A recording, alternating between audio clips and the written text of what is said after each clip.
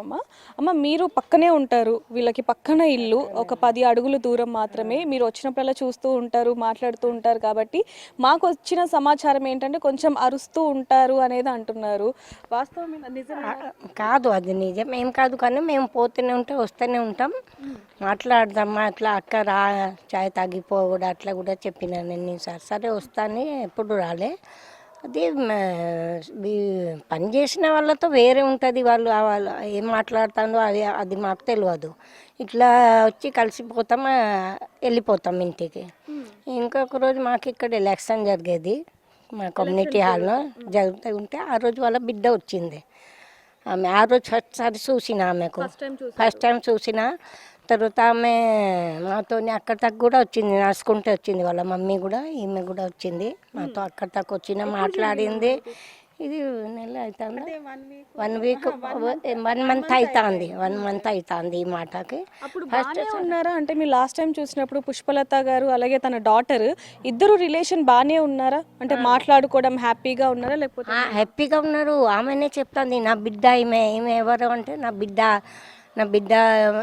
బిడ్డ తర్వాత చెప్పిన మీరు జాబ్ చేస్తుంది, మంచిగా జాబ్ చేస్తుంది, 2-3 లక్షల సంపాదన అవుతుంది. పిల్లలు ఎంతమంది అంటే ఒక బిడ్డ ఒక కొడుకు. ఏం చదువుతాను అంటే ఫస్ట్ ఇయర్ సెకండ్ ఇయర్ చదువుతాను. పిల్లలు పెద్దవాళ్ళే అంటే పెద్దవాళ్ళేనా. ఫస్ట్ ఏమనుకున్నా ఈ ఇల్లు అమ్మేస్తాం అనుకున్నా.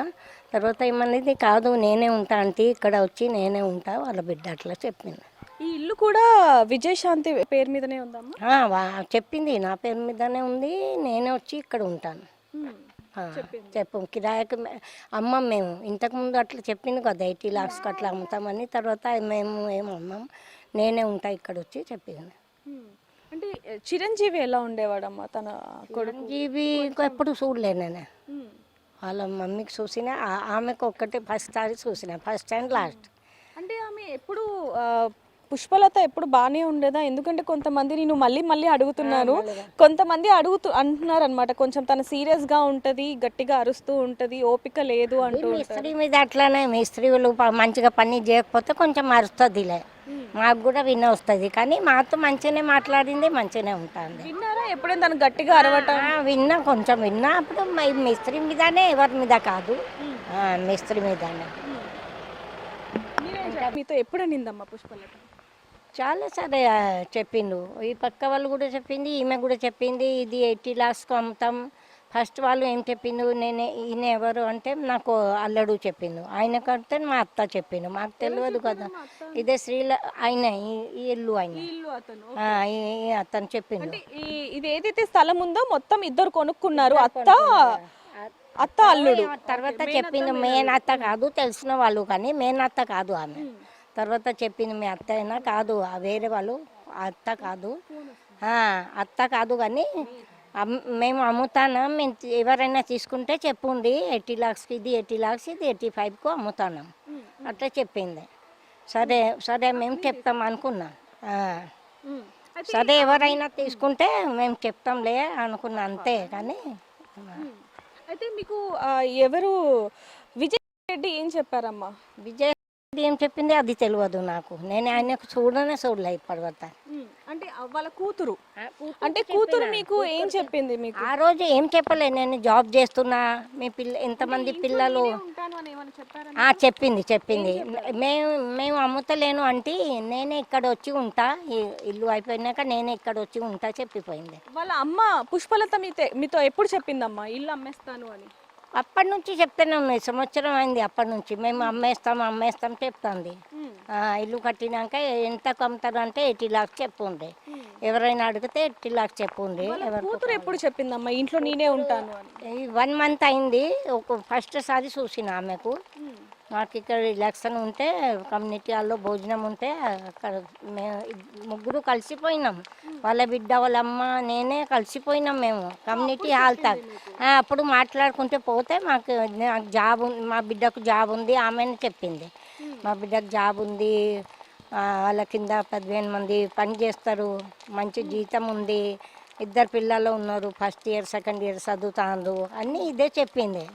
కానీ మంచిది, మీరు వస్తే ఇంకా మంచిదే కదా, మేము మా దగ్గర వచ్చేస్తారు మీరు మంచిగా అంటే సరే అంటే వస్తాం అట్లా చెప్పింది. కానీ తర్వాత ఈ షాక్ అయిపోయినాయి జరిగినాక మేము ఒకసారి చూసినాం ఆమెకు ఫస్ట్ టైం లాడ్ చూస్తేనే మేము షాక్ అయిపోయినాయి ఇట్లా ఎందుకు జరిగింది పిల్లలకు కూడా ఇట్లా తీసుకుపోయి ఇది చనిపోవడం ఇంత ఏంటి ఇది అసలు పిల్లలకు కూడా తెలివి లేదా అంతా అట్లా చదువుకున్న వాళ్ళు పిల్లలు కదా ఫస్ట్ ఇయర్ సెకండ్ ఇయర్ అంటే బాగా చిన్న వాళ్ళు కాదు అంత పెద్ద పిల్లలు వాళ్ళకు తెలివి ఉండాలి కదా మాకు ఎక్కడ తీసుకుపోతుంది ఎందుకు మమ్మీ ట్రైన్ వస్తుంది కదా అటు ఎందుకు పోతాను అని పిల్లలు కూడా కొంచెం చెప్పాలి కదా ఎవరు ఏం చెప్పలేదు పిల్లలతో సహాయ ఆమె పోయి చనిపోయింది. సో చూస్తున్నాం కదా, ఒక సంవత్సరం నుంచి కూడా పుష్పలత ఇల్లు అమ్మేస్తాను 85 లక్షలకి ఎవరైనా ఉంటే చెప్పండి అంటూ కూడా ఇక్కడ ఉన్న స్థానికులతో చెప్పడం జరిగింది.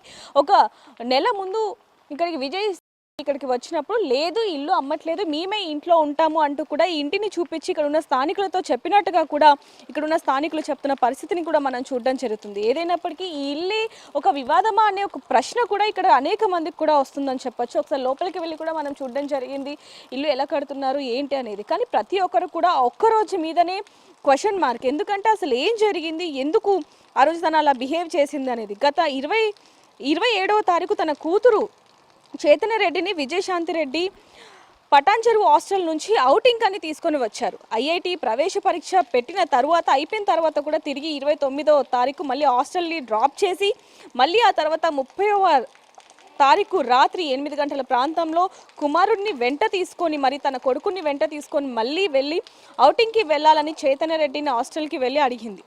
ఆ ఒక్క రోజులోనే మళ్ళీ ఔటింగ్ ఎందుకు అని హాస్టల్ నిర్వాహకులు అడిగినప్పటికీ కూడా వాళ్ళ బంధువులు చనిపోయారంటూ కూడా తన ఇద్దరు పిల్లల్ని తీసుకొని విజయరెడ్డి ట్రైన్ కింద పడి చనిపోయింది అనేది తెలిసిన తర్వాతనే అసలు ఏం జరిగిందనే విషయాలు మాత్రం అటువైపు కుటుంబ సభ్యులకి అలాగే తను పనిచేసే సాఫ్ట్వేర్ రంగానికి సంబంధించి ఎవరికి కూడా తెలియని పరిస్థితి అని చెప్పొచ్చు. మళ్ళీ పోలీసులు ఈరోజు విచారణ చేపడుతూనే ఉన్నారు. జీఆర్పీ ఇన్స్పెక్టర్ కూడా దీని మీద ప్రత్యేక దృష్టి పెట్టినట్టుగా తెలుస్తుంది. మళ్ళీ ఇంట్లో కూడా మళ్ళీ విజయశాంతి నివాసంలో కూడా సోదాలు నిర్వహిస్తున్నప్పటికీ తను ఎందుకు చనిపోయింది అనేది మాత్రం ఒక పెద్ద ప్రశ్నగా మారిందని చెప్పొచ్చు. భర్త కూడా దుబాయ్లో ఉన్న కారణంగా అప్పుడప్పుడు ఫోన్ మాట్లాడుతూ ఉండేవాడు, తనకు కూడా ఏం తెలియదని మరోవైపు చెప్తూ ఉన్నప్పటికీ తన తల్లి మీద మాత్రం కొంత అనుమానం కలిగిస్తున్న పరిస్థితి కనిపిస్తుంది. ఎందుకంటే చనిపోయే రోజు రాత్రి 46 సెకండ్లు తన తల్లితో మాట్లాడినప్పటి నుంచి కూడా తల్లి ఆ విషయాన్ని పోలీసుల ముందు కానీ లేకపోతే మీడియా ముందు కూడా అసలు ఎక్కడా కూడా నోరు విప్పని పరిస్థితి. మరి ఎందుకు ఆ 46 సెకండ్లలో ఏం మాట్లాడారు ఏంటి, కేవలం టీ తాగాము కొంతసేపు ఉంది ఆఫీస్ నుంచి కాల్ వచ్చిందని చెప్పి వెళ్ళిపోయిందని ఇది ఒక్క మాటే చెప్తుంది తప్ప 46 సెకండ్లు ఏం మాట్లాడింది అనేది మాత్రం పెద్ద క్వశ్చన్ మార్క్గా ఉందని చెప్పొచ్చు. దీనికి సంబంధించి కేవలం పుష్పలత మాత్రమే దీనికి సమాధానం చెప్పాల్సి ఉంది. మరిన్ని వార్తల కోసం చూస్తూనే ఉండండి బిగ్ టీవీ. కెమెరామ్యాన్ శంకర్తో రిపోర్టర్ దేవిక.